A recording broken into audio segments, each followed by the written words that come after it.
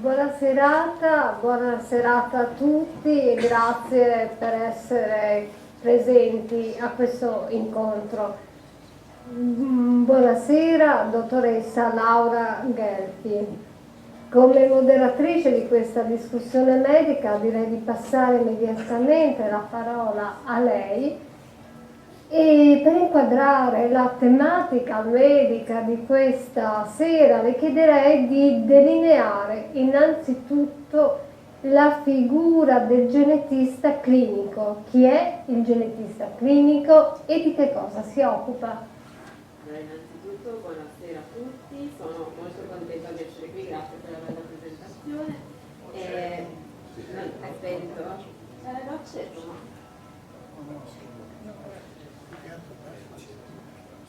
Mi sentite? Forse si era spostato male, ok.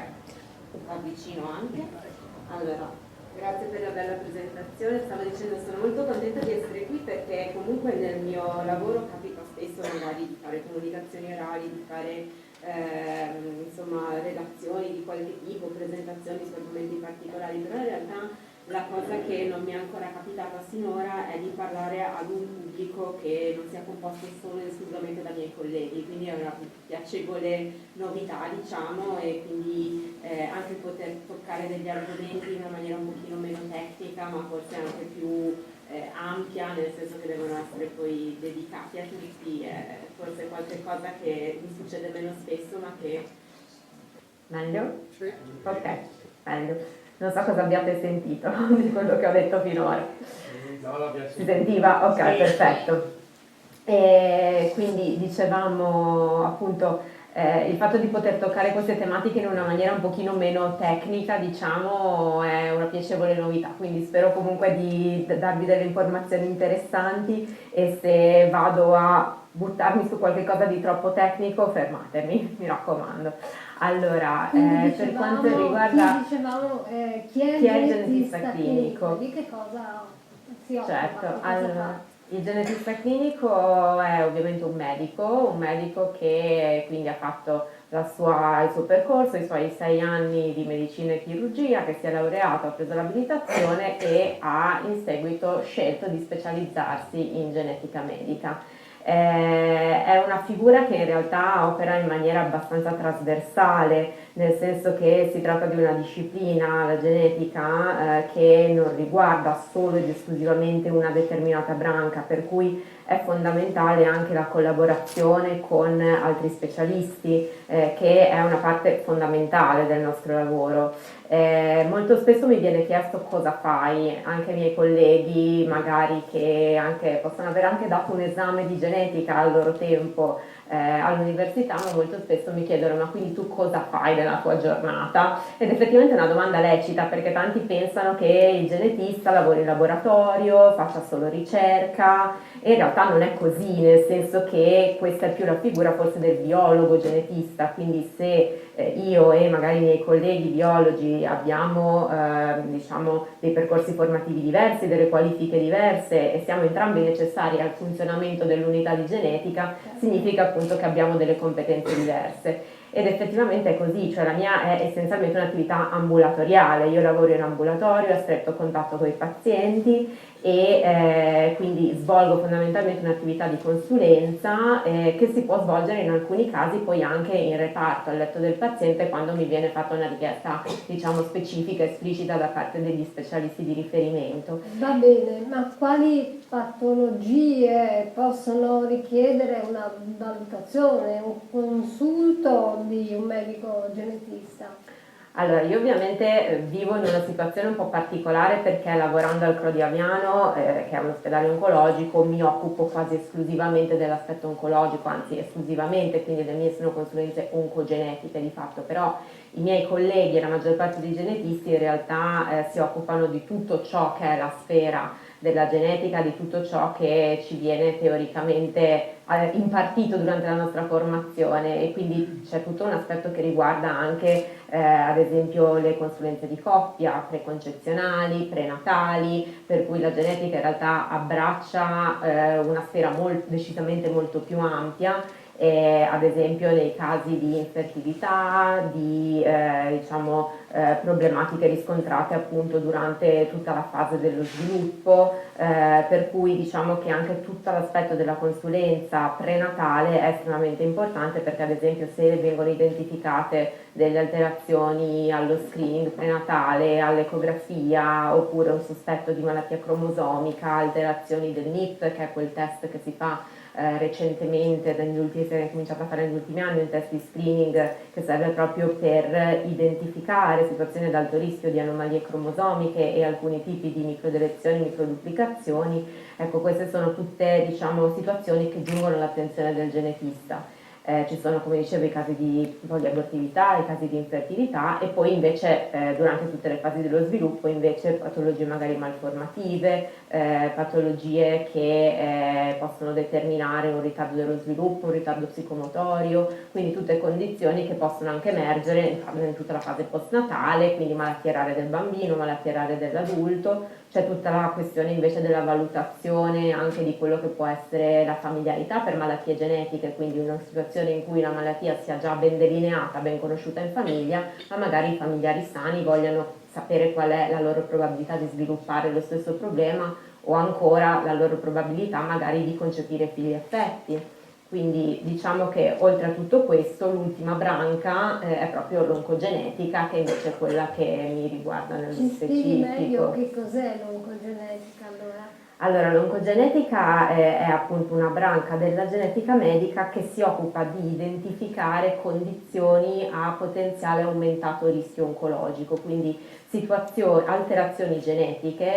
adesso magari spieghiamo poi nello specifico esattamente cos'è un'alterazione genetica, perché probabilmente è necessario, alterazioni genetiche che determinano un rischio aumentato di sviluppare alcuni tipi di tumore. Ora, a me preme sempre sottolineare questi due concetti: rischio aumentato e alcuni tipi. Sono due espressioni che sempre sottolineo anche quando sono in consulenza con i miei pazienti, perché è importante che si capisca che queste caratteristiche genetiche non determinano la certezza di ammalarsi nell'arco della vita, né la certezza di sviluppare tutti i tipi di tumore che fanno parte dello spettro di quel gene. Ora,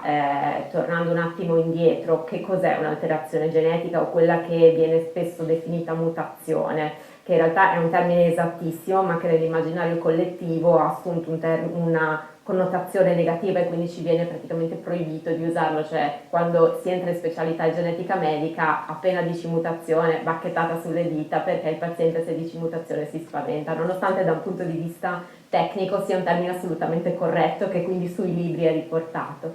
Di fatto bisogna immaginare il nostro DNA come se fosse una sorta di libro di istruzioni che contiene tutte le informazioni per costruire il nostro organismo e per farlo funzionare al meglio. Come ogni libro viene ristampato continuamente, quindi diciamo che nella replicazione cellulare possiamo immaginare come delle ristampe di questo libro, e come succede in una ristampa, come è normale che sia, a un certo punto è possibile che si accumulino degli errori, no? Ed è normale che sia così, per cui ci sono dentro il nostro DNA dei meccanismi che servono proprio per riparare questi errori, per controllare se ci sono errori di questo tipo, e appunto o li riparano, o se sono errori troppo grandi che causano delle problematiche troppo importanti, questi errori invece fanno sì che quella cellula che possiede quell'errore venga mandata a morte, di fatto viene eliminata dall'organismo, in modo che quell'errore poi non venga a progredire nelle generazioni successive. Se però uno di questi meccanismi che controllano l'integrità del DNA a questo punto non è più funzionale, perché appunto c'è un errore, come un errore di stampa a livello di quel gene che controlla quel meccanismo, allora la probabilità di accumulare errori diventa maggiore naturalmente, e quindi aumenta appunto il nostro rischio di sviluppare determinati tipi di tumori, e di questo si occupa l'oncogenetica. Ecco. Ma qualora un test genetico non identifichi nessuna alterazione clinica, patologica, possiamo definirlo negativo? Allora, in realtà esistono i test genetici negativi, nel senso che sono una minoranza, ma esistono. Nella maggior parte dei casi diciamo che un test genetico che viene fatto senza avere già a priori la cognizione di quello che si sta cercando non può essere definito negativo se non trova nulla, bensì in gergo si dice non informativo. Cosa significa? Significa che tra i geni che sono stati studiati non sono state trovate delle alterazioni, quindi non sono stati trovati errori di stampa, ma che in realtà questo non ci dice con certezza che quella persona o quel DNA che è stato analizzato non contenga alterazioni che possono predisporre a quel tipo di tumore. Faccio un esempio. Diciamo che viene in consulenza una persona che ha avuto un tumore della mammella, per esempio, e io decido di avviare un test per vedere se può esserci una componente ereditaria, quindi decido di studiare ad esempio una rosa di 10 geni, che sono quelli più frequentemente associati al tumore della mammella ereditario. Naturalmente io sono consapevole che esistono altri geni sicuramente che sono correlati a questo tipo di problema. Alcuni non si studiano perché non fanno parte di quelli che vengono detti geni actionable, tra virgolette, quindi quei geni rispetto a cui anche se noi troviamo un'alterazione si può fare qualcosa nel concreto, per cui non è un'informazione che al paziente possa servire al momento e di conseguenza in diagnostica non viene utilizzato, si potrà fare a fini di ricerca se vogliamo, però in diagnostica si studia solo ciò che poi mi dà una conseguenza clinica e pratica. Per cui io a quel paziente non potrò dire guardi non abbiamo trovato niente quindi il test è negativo quindi lei non ha predisposizione genetica al tumore della mammella, ma posso dire nei geni che noi abbiamo studiato con le metodiche oggi a nostra disposizione, oggi 2024, non è stato trovato nulla. Ciò non significa che in altri geni non possano esserci alterazioni, che non possano esserci alterazioni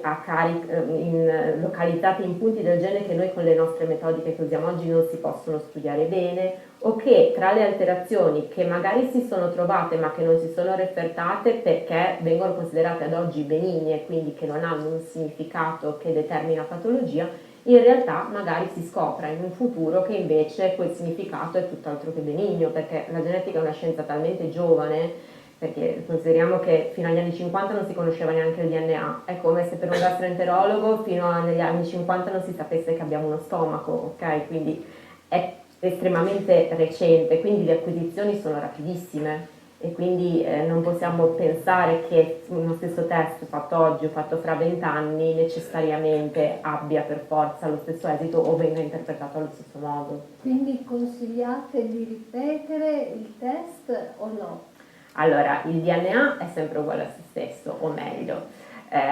può subire delle leggere variazioni, ma diciamo che per semplicità stasera il DNA è sempre uguale a se stesso, non è che se faccio il test oggi e lo faccio un domani cambia.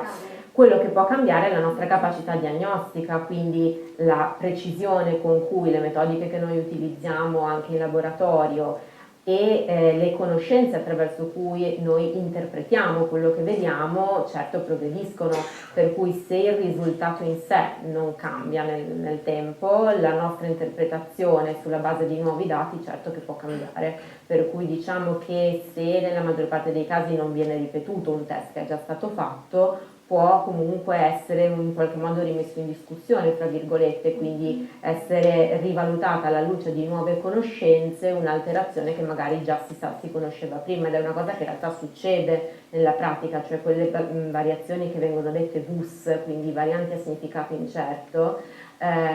sono varianti che vengono refertate, ma vengono refertate non perché ad oggi abbiano effettivamente una ripercussione clinica, ma perché appunto non abbiamo oggi i dati sufficienti per attribuire loro un significato e quindi generalmente si dice al paziente di ritornare con una cadenza ad esempio biennale in modo che si possa effettuare una rivalutazione di quella VUS, di quella variante, alla luce di eventuali nuove conoscenze, Certo. nella speranza di dare informazioni più certe. Come si può capire, come si può valutare se una famiglia con una storia di patologie oncologiche necessita di eseguire un test genetico? Allora, questa è una domanda abbastanza complessa, nel senso che nella maggior parte delle branche della medicina esistono delle linee guida molto specifiche che ci consentono quindi di scegliere quasi sempre qual è l'iter diagnostico migliore, qual è l'iter terapeutico migliore. In genetica purtroppo non è sempre così, in alcuni casi lo è, ci sono alcune patologie anche in oncogenetica che hanno delle linee guida molto specifiche che ci consentono quasi sempre di capire se quel paziente è candidabile o non è candidabile al test. In altri casi C'è una selezione. c'è una selezione, esatto, nel senso che i tumori ad oggi almeno vengono ancora considerati per la maggior parte patologie sporadiche, quindi che non hanno una forte componente di tipo genetico ereditario. Ehm, Ovvio che sicuramente mano a mano che progrediranno le nostre conoscenze in merito, questa percentuale aumenterà sempre di più, la percentuale di tumori che vengono considerati di origine ereditaria, però al momento la stragrande maggioranza vengono appunto considerati sporadici. Per cui è necessario effettuare una scelta di quali possono essere le famiglie in cui il sospetto è sufficiente forte da giustificare di avviare test genetici, non si fanno test genetici in tutti naturalmente. E quindi servono dei criteri per selezionare quali pazienti sottoporre al test naturalmente, quindi se per alcune patologie, come dicevo, questi criteri sono chiari cristallini e da quelli non si scappa, salvo rarissime eccezioni, per altre cose invece non lo sono assolutamente, per cui in quei casi come si fa? Allora, esistono diverse linee guida che comunque ci danno un indirizzo. Noi al CRO generalmente ci affidiamo molto alle linee guida IOM, ma credo che siano quelle utilizzate anche per la maggiore in tutta Italia. L'IOM è l'Associazione Italiana dell'Oncologia Medica, che però purtroppo dal mio punto di vista ovviamente cosa fa? Essendo l'Associazione Italiana dell'Oncologia Medica non dà informazioni dirette ai genetisti, dà informazioni dirette agli oncologi correttamente perché è il suo obiettivo e quindi in realtà non dice al genetista quando avviare il test, dice all'oncologo quando inviare il paziente dal genetista, quindi in realtà i criteri che dà non sono criteri diretti al genetista per avviare il test, ma all'oncologo per fare l'impegnativa per la visita genetica. L'oncologo vi comunica al genetista. Esatto, ci invia il Continuare, paziente, sì. lui ci invia il paziente, però poi la decisione su quel paziente, se effettivamente dopo aver fatto la nostra valutazione è necessario porre indicazione al test, su questo non ci sono delle indicazioni specifiche e precise, per cui uno dice vabbè, l'AIOM non ti dice niente, ci sarà una società italiana di genetica medica e c'è la SIGU. La SIGU in realtà cosa fa? Recepisce in qualche modo le linee guida dell'IOM, per cui non è che ci dica molto di più, ci dà però un'informazione molto importante, cioè ci dice che quello che emerge dalle linee guida IOM ci consentirebbe teoricamente di selezionare quei pazienti in cui si ha un rischio a priori di almeno il 10% di effettivamente avere alterazioni a carico dei geni di predisposizione oncologica, per cui questa informazione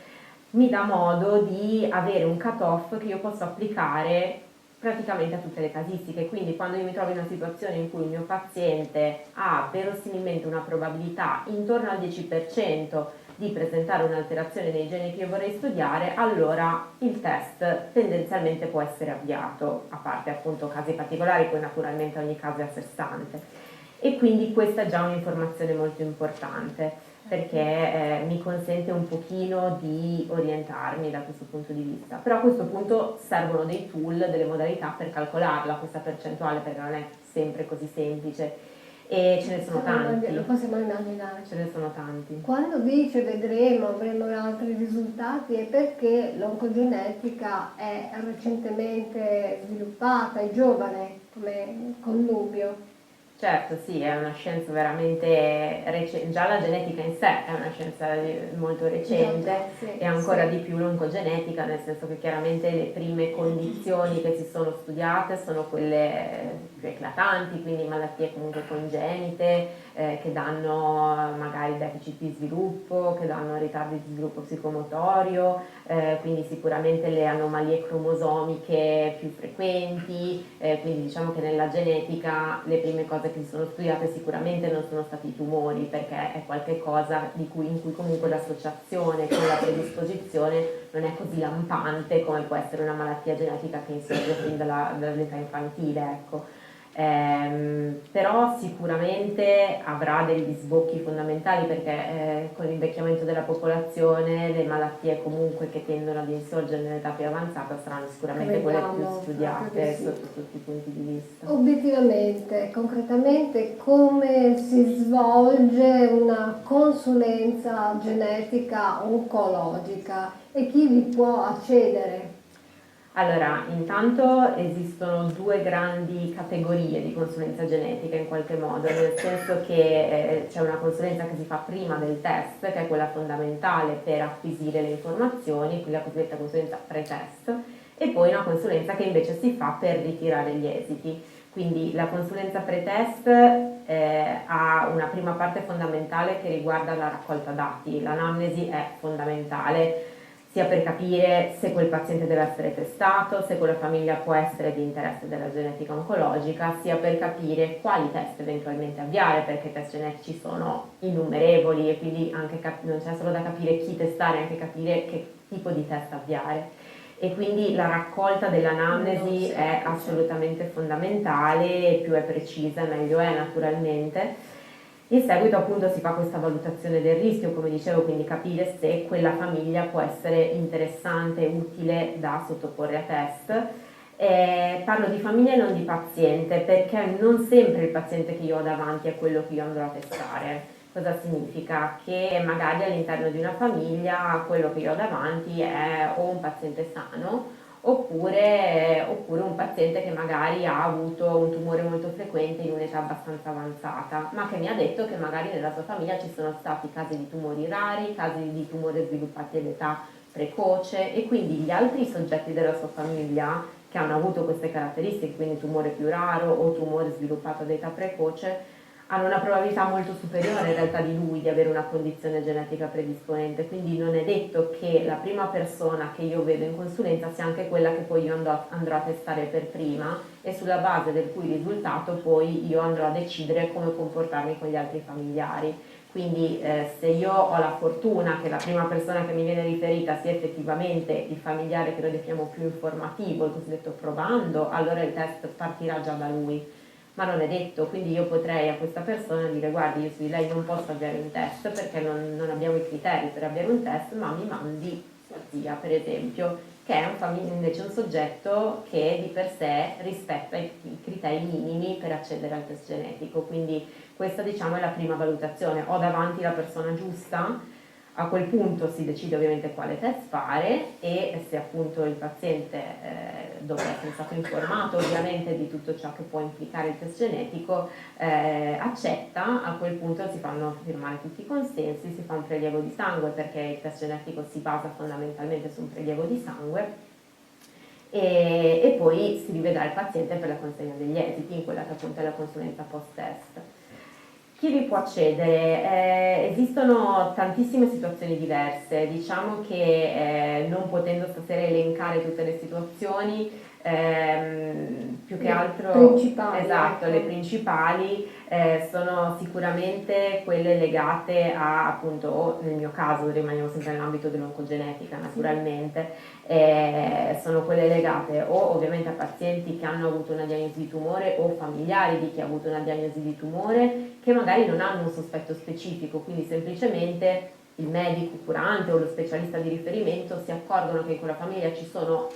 un po' più casi di tumore rispetto al normale, oppure che insorgano in un'età particolarmente precoce, quindi c'è un sospetto effettivamente possa trattarsi di una forma ereditaria, e mi inviano il paziente per una valutazione che però è già dall'inizio quasi esclusivamente di mia pertinenza.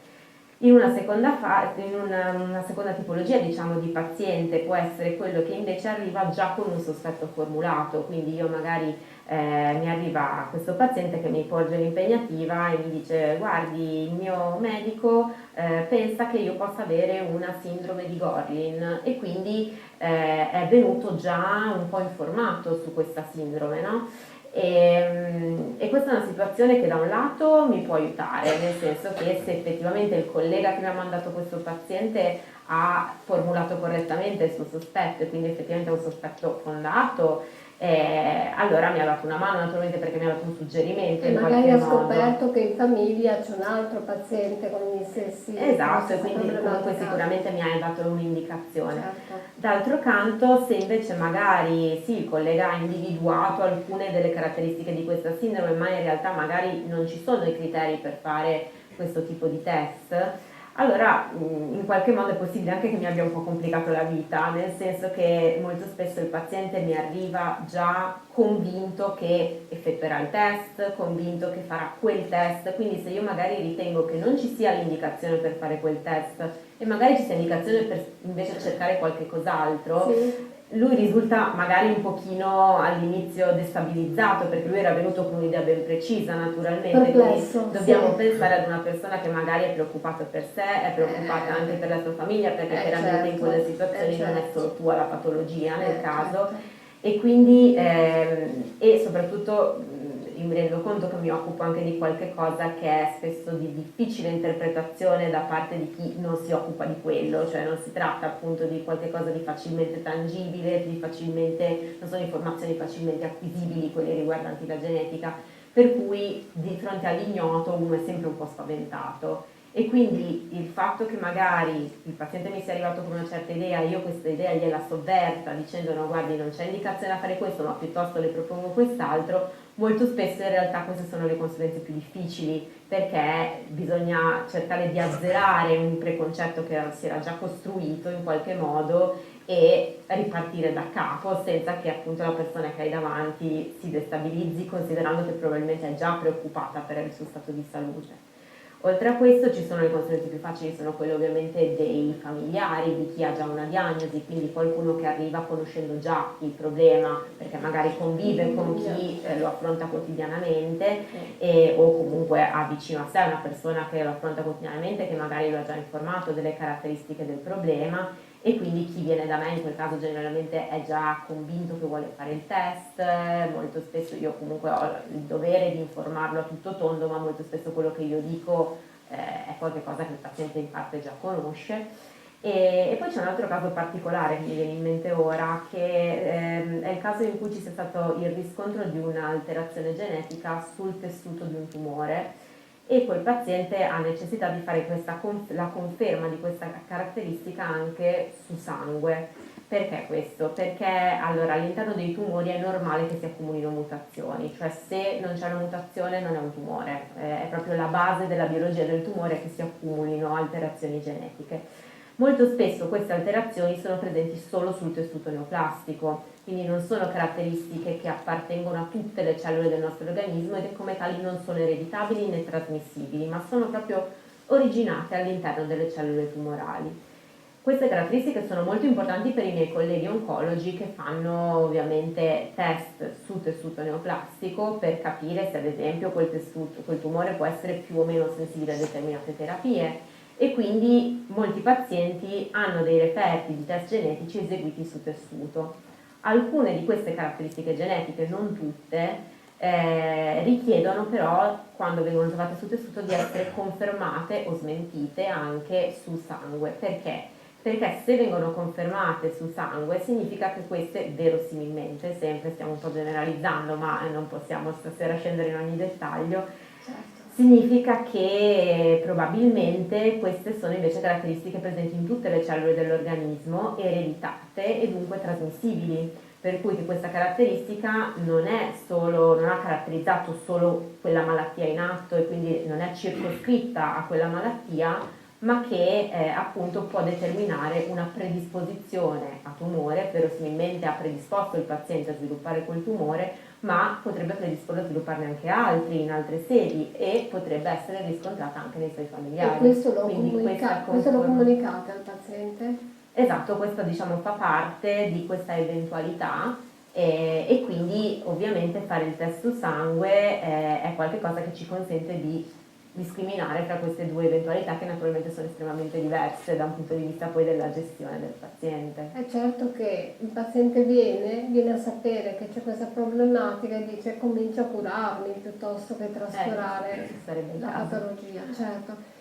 Quanto tempo è necessario per ottenere i risultati di un test genetico? Allora, anche questo è molto variabile, varia a seconda dei centri, perché comunque ovviamente il volume di test che vengono richiesti dipende tantissimo da dove ci troviamo, e dipende dal tipo di test che viene richiesto e dal regime di urgenza, nel senso che lo stesso test può essere richiesto in urgenza perché magari serve per prendere decisioni terapeutiche su un paziente che deve essere operato oppure che deve appunto iniziare un trattamento, e in quel caso magari anche in un paio di settimane si riesce ad avere l'esito. Ci sono casi invece magari di test che devono essere spediti in altri laboratori, perché magari si richiede un esame che in quel laboratorio che afferisce alla struttura dove lavori non può essere eseguito, e ci sono casi in cui invece semplicemente non c'è una motivazione di urgenza che spinge a fare il test in tempi particolarmente rapidi, per cui diciamo che nella mia esperienza fino a 6 mesi è un tempo diciamo, che uno può preventivare, ecco. Al laboratorio del CRO in genere in 3 mesi qualunque cosa più o meno viene refertato, però in tanti altri centri è normale avere delle tempistiche di 6 mesi, ci sono anche centri che danno tempistiche di più di un anno, quindi dipende molto dal volume di campioni che sono chiamati a gestire, diciamo. Quindi capiamo benissimo che da quanto lei ci ha detto che il genetista non opera in maniera autonoma ma collabora a tutto campo con altri specialisti. È Sì, necessario fare sì, questo. questo è assolutamente necessario, sia perché chiaramente i pazienti ci devono essere inviati da altri specialisti che naturalmente durante la loro attività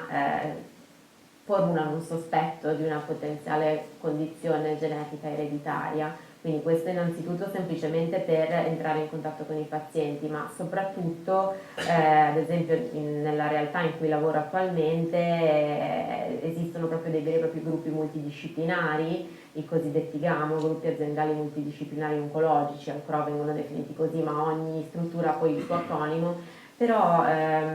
io devo dire che ad esempio nella nostra struttura questi funzionano tantissimo e ce n'è praticamente uno per ogni specialità. Si tratta proprio di gruppi di specialisti di diverse discipline che si riuniscono in quelli che vengono detti meeting multidisciplinari, anche molto spesso alcuni si riuniscono anche settimanalmente per discutere casi clinici che possono essere interessanti anche per gli altri specialisti, e questo è fondamentale perché la gestione multidisciplinare oggi è essenziale. Il fatto che di uno stesso caso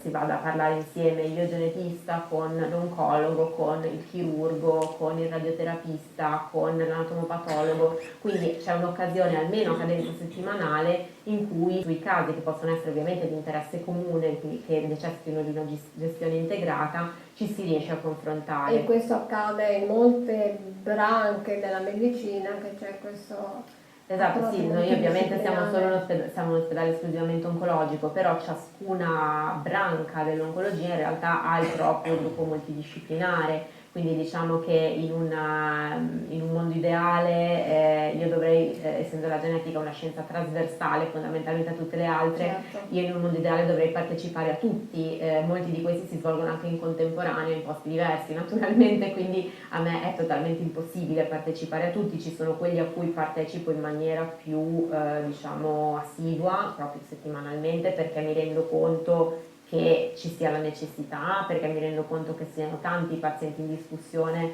che appunto richiedono anche l'attenzione del genetista, altri a cui invece magari mi reco occasionalmente se i colleghi mi segnalano un caso che richiede appunto l'attenzione del genetista. Però in genere comunque prima di queste riunioni vengono sempre condivisi gli elenchi dei pazienti che saranno in discussione quel giorno, in modo che i vari specialisti possano andare a vedere esattamente di che cosa parlerà, eventualmente studiarsi i casi e capire quali possono essere di loro interesse, perché dovendosi giostrare su più riunioni in questo modo si riescono in qualche modo a incastrare, ecco. Che cosa si intende per sindrome da predisposizione oncologica?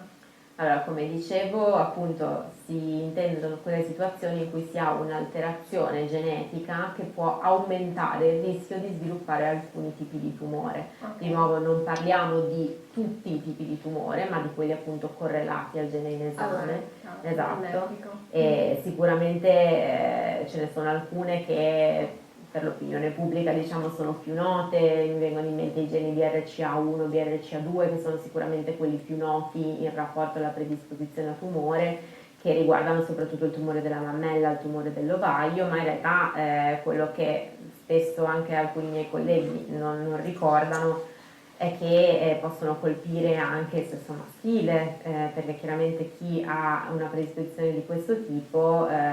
può avere un aumento del rischio anche ad esempio per il melanoma, per il tumore del pancreas, che sono organi presenti in entrambi i sessi, può colpire la mammella maschile perché anche il maschio ha una mammella per quanto meno voluminosa, e poi nel maschio c'è il grosso problema anche della prostata, che per fortuna viene comunque anche sottoposta a screening nella popolazione generale, però in presenza di queste caratteristiche genetiche c'è anche l'indicazione per iniziarlo prima questo screening perché sia più assiduo, per cui questo tipo di caratteristiche genetiche sicuramente danno l'indicazione, quando individuate, a sottoporsi ad un protocollo di screening adeguato e mirato, parametrato al livello di rischio, quindi non si parla chiaramente di una medicina individualizzata ad personam, però andiamo ad individuare un gruppo di pazienti abbastanza ristretto nei quali è indicato effettuare effettivamente un protocollo di sorveglianza adeguato. Per alcune di queste patologie esiste anche la possibilità di sottoporsi proprio a interventi di chirurgia preventiva, perché il rischio di neoplasia a carico di determinati organi è così alto che giustifica per i pazienti che vogliono farlo appunto l'effettuazione di interventi chirurgici preventivi, per cui sono informazioni decisamente molto importanti. Questi sono i geni sicuramente più noti, però in correlazione a tumori della mammella e dell'ovaio ce ne sarebbero tantissimi da menzionare, ciascuno dei quali ha il suo spettro di patologie, quindi non solo mammella e ovaio, ma ciascuno di questi geni poi ha il suo spettro di organi che eventualmente devono essere sottoposti a sorveglianza con maggiore o minore assiduità, perché chiaramente ciascuno di questi dà un rischio di diversa entità, non tutti danno un rischio così elevato, ecco, però alcuni vengono definiti ad esempio geni che aumentano il rischio a livello moderato e quindi in cui è prevista una sorveglianza sicuramente superiore rispetto a quella che si fa nella popolazione generale, ma non così elevata, o magari non giustificano interventi chirurgici preventivi, perché quello si fa solo nei casi di estremo aumento del rischio, ecco. Questo per quanto riguarda la mammella e l'ovaio. Ci sono tante altre neoplasie chiaramente che possono essere ricondotte a sindrome da predisposizione oncologica. Un'altra che noi vediamo molto spesso è la sindrome di Lynch, che è invece una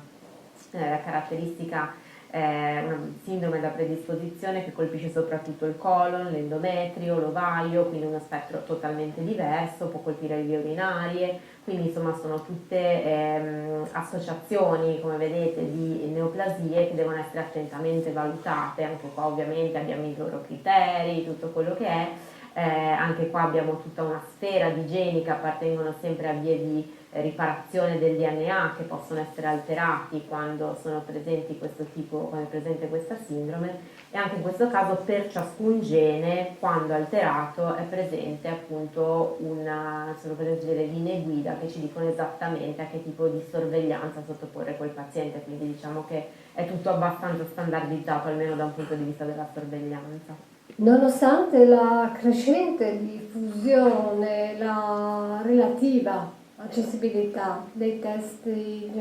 genetici, non sempre vengono evidenziate in maniera chiara i limiti e i vantaggi dei test genetici ad oggi disponibili, nonché le loro potenziali conseguenze. Sì, per quanto riguarda i limiti, diciamo che un pochino ne abbiamo già parlato quando parlavo del fatto che il test viene definito non informativo e non negativo, quindi i limiti sono legati più che altro al fatto che ancora ne sappiamo poco di fatto di genetica e di conseguenza l'esito di un test raramente può definirsi negativo, ma semplicemente appunto non Le informativo. conseguenze sul piano psicologico. Le conseguenze, esatto, dal punto di vista delle conseguenze invece ancora non le abbiamo menzionate, sicuramente ci sono diverse implicazioni. Intanto appunto la gestione clinica del paziente può cambiare completamente, sia per quanto nel caso di un paziente appunto affetto da neoplasia in quel momento, sicuramente il cambiamento può essere radicale anche in termini terapeutici, nel senso che può cambiare la diagnosi genetica, può cambiare completamente l'approccio chirurgico al paziente, può cambiare il tipo di intervento consigliato, può cambiare il tipo di anche terapia medica che viene utilizzata. Quindi sicuramente già nella gestione immediata del paziente che ha sviluppato la malattia ha delle implicazioni importanti. Ha delle implicazioni importanti sulla sorveglianza, sia dal punto del paziente già affetto, sia del paziente magari sano che però sa di avere la predisposizione, quindi la sorveglianza cambia completamente. E poi naturalmente ha delle implicazioni economiche, perché tutti questi esami di sorveglianza devono in qualche modo essere pagati, quindi in questo senso c'è un problema di esenzione non indifferente. E poi ha delle implicazioni sicuramente psicologiche, quindi noi ad esempio al CRO abbiamo un servizio anche di psicologia estremamente attivo, al quale andiamo sempre a riferire il paziente dopo una diagnosi di questo tipo, perché può essere una diagnosi insomma estremamente pesante, non tanto per il paziente stesso, che spesso quando pensa a se stesso si sente quasi meno coinvolto rispetto a quando magari pensa ai figli, ai fratelli e sorelle, perché comunque è qualcosa che coinvolge tutta la famiglia, quindi molto spesso il paziente è più preoccupato per i suoi figli che per se stesso, e a volte si instaura anche un meccanismo di senso di colpa, tipo ecco ho trasmesso questa caratteristica ai miei figli, cosa ho fatto? Ovviamente non lo fai volontariamente, è come lanciare una moneta, chiaramente. e lanciare una moneta e non lo sapevi, e quindi però sono situazioni che da un punto di vista anche psicologico sono complesse da gestire, quindi è giusto che ci sia l'aiuto anche da parte del servizio di psicologia. Per quanto riguarda le conseguenze economiche, ci sono esenzioni specifiche per patologie genetiche? Allora, per molte patologie genetiche ci sono le esenzioni specifiche, e intanto c'è un'esenzione che è la R99 che può essere utilizzata per avviare il test quando c'è il sospetto di una malattia rara, quindi è una situazione molto utile, nel senso che normalmente le esenzioni coprono le situazioni in cui la diagnosi c'è già stata. Quindi la cosa speciale dell'R99, tra virgolette, è che quando si ha un sospetto semplicemente di una malattia rara, senza che la diagnosi sia ancora stata avviata, sia ancora stata effettuata, è possibile comunque coprire il test genetico per quella particolare patologia. Il problema è sempre quello che le malattie rare in realtà sono quelle che fanno parte dell'elenco delle malattie rare, quindi se tu stai avviando un test per una patologia che non fa parte dell'elenco malattie rare non puoi usare l'esenzione R99, e in quel caso il paziente dovrà pagare il test, a meno che non abbia una sua esenzione di altro genere, naturalmente, che può essere ad esempio anche quelle per età e reddito, la E01 banalmente, oppure se è un paziente che ha già avuto una diagnosi di neoplasia si usa la 048 che copre il test, ma non specifica. Una volta posta la diagnosi, sempre per le malattie rare c'è la esenzione di riferimento, per dire tante poliposi familiari piuttosto che la stessa sindrome di Lynch che menzionavo, queste hanno la loro esenzione specifica per patologia.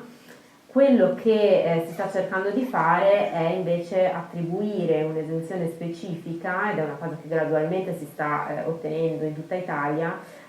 proprio per chi ha invece sindrome da predisposizione a tumore della mammella e dell'ovaio, da alterazioni di BRCA1, BRCA2, ma anche di altri geni. E in tante regioni, pare siano 12 le regioni italiane che hanno già attivato questa misura, è già stata recepita. Nella maggior parte purtroppo solo per BRCA e non per gli altri geni. Friuli? Ovviamente no. Ovviamente. Mi sto battendo, no, però a metà dicembre, scusate, ci sarà in realtà una riunione proprio per il nuovo PDTA, per la senologia, per i pazienti ad alto rischio genetico di tumore mammario e sarà uno dei primi punti all'ordine del giorno, quindi mi batterò strenuamente, anche perché il Friuli è rimasta l'ultima regione del nord Italia a non aver ancora recepito questa misura, quindi la cosa comunque deve avvenire entro breve, è necessario. Il titolo di questo incontro stasera era La genetica nella pratica clinica presente e futuro della prevenzione oncologica. Qual è il futuro più ottimista o quantomeno soddisfacente che possiamo sperare? Allora, sicuramente Oltre a quanto abbiamo detto appena adesso. sì, no, la genetica è sicuramente una scienza giovane, quindi come apertura al futuro ci sono tutte le possibilità immaginabili. Diciamo che al momento quello che è più prossimo sicuramente è la possibilità di ampliare il numero di geni che si studiano di routine da pochi geni a